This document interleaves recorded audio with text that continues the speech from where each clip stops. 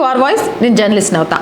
Paris Olympics 2024లో మహిళల wrestling విభాగంలో 100 గ్రాముల అధికంగా బరువు ఉన్న కారణంగా పతకానికి దూరమైన వినేష్ ఫోగట్ పట్ల దేశం మొత్తం సానుభూతి వ్యక్తం చేసింది.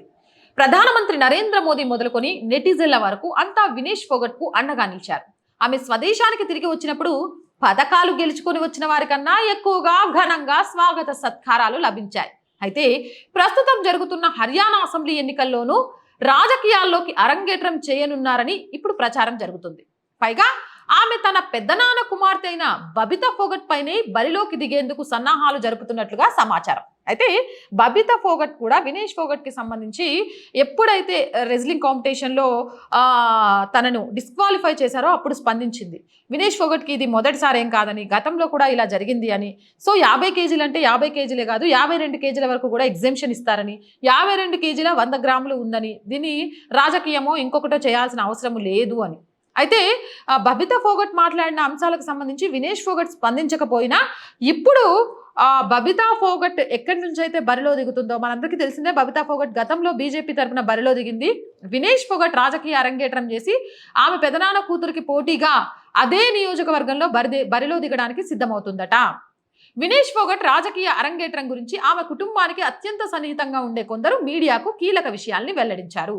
అయితే తాను రాజకీయాల్లోకి రాబోనని గతంలోనే వినేష్ ఫోగట్ ప్రకటించింది. దాంతో ఇప్పటికే కొన్ని రాజకీయ పార్టీలు ఆమెను సంప్రదించి ఆ నిర్ణయాన్ని వెనక్కి తీసుకోమని సర్ది చెప్పే ప్రయత్నాలు చేస్తున్నాయి. అయితే వినేష్ ఫోగట్ ఏ పార్టీలో చేరుతారు అనే దానిపై మాత్రం ఇప్పటి వరకు స్పష్టత రాలేదు. కానీ మరోవైపు రెజ్లర్ బజరంగ్ పూనియా కూడా హర్యానా అసెంబ్లీ ఎన్నికల్లో పోటీ చేసే అవకాశాలున్నాయని ఆ సన్నిహిత వర్గాలు పేర్కొంటున్నాయి. ప్యారిస్ ఒలింపిక్స్ నుంచి ఇటీవల వినేష్ ఫోగట్ స్వదేశానికి చేరుకున్న సమయంలో మనందరికీ తెలుసు, ఎయిర్పోర్ట్ వద్ద కాంగ్రెస్ ఎంపీ దీపిందర్ కూడా ఆమెను సాదరంగా స్వాగతం పలికారు. ఊరేగింపులో కూడా పాల్గొన్నారు. గతంలోనూ కూడా దీపిందర్ కూడా వినేష్ ను రాజ్యసభకు పంపాలని సూచించారు. ఈ క్రమంలోనే ఆమె కాంగ్రెస్ లో చేరొచ్చు అనే ఊహాగానాలు కూడా వినిపిస్తున్నాయి. గతంలో హర్యానా అసెంబ్లీ ఎన్నికలకు ముందు 2019లో వినేష్ ఫోగట్ సోదరి బబితా ఫోగట్ బీజేపీలో చేరి ఇటీవల జరిగిన లోక్సభ ఎన్నికల్లో దాద్రి స్థానం నుంచి పోటీ చేసి పరాజయం పాలయ్యారు. ఈ క్రమంలోనే త్వరలో జరగనున్న అసెంబ్లీ ఎన్నికల్లో మరోసారి ఆమెకు బీజేపీ టికెట్ ఇచ్చే అవకాశాలు ఉన్నట్లు కూడా ప్రచారం జరుగుతోంది. అయితే దాద్రి నియోజకవర్గం నుంచి బబితా ఫోగట్ పోటీ చేయడం ఖరారైతే మాత్రం ఆమె పైనే వినేష్ ఫోగట్ బరిలో దిగడం ఖాయంగా కనిపిస్తుంది. దీంతో ఈసారి హర్యానా అసెంబ్లీ ఎన్నికల్లో ఫోగట్ సోదరిమణులు తలపడే అవకాశాలున్నట్టుగా తెలుస్తోంది. హర్యానా అసెంబ్లీకి మనందరికీ తెలిసిందే, అక్టోబర్ 1వ తేదీన ఎన్నికలు జరగనున్నాయి.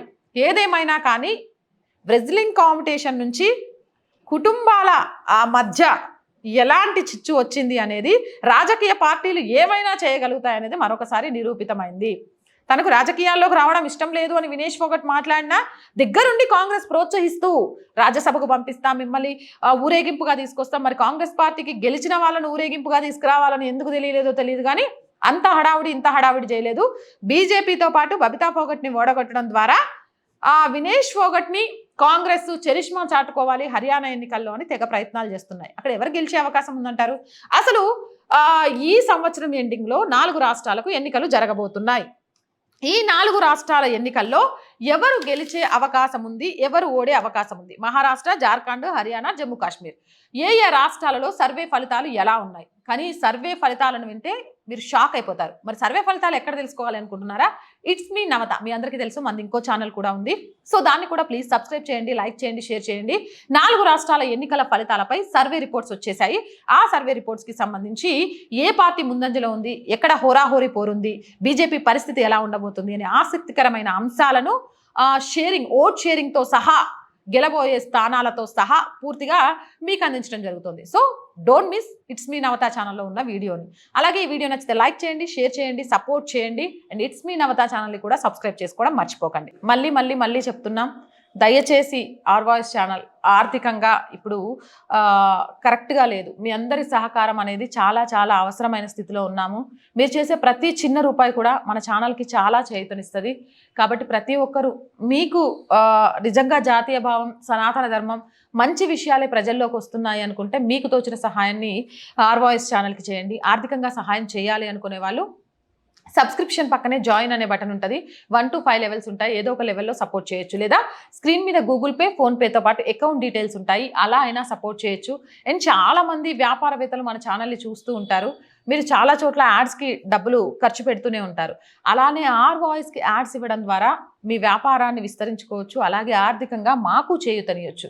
సో యాడ్స్ కోసం సంప్రదించాలి అనుకునే వాళ్ళు 8328500576 నెంబర్కి కాల్ చేసి మీ వ్యాపార ప్రకటనలను ఆర్ వాయిస్ ఛానల్కి ఇవ్వచ్చు.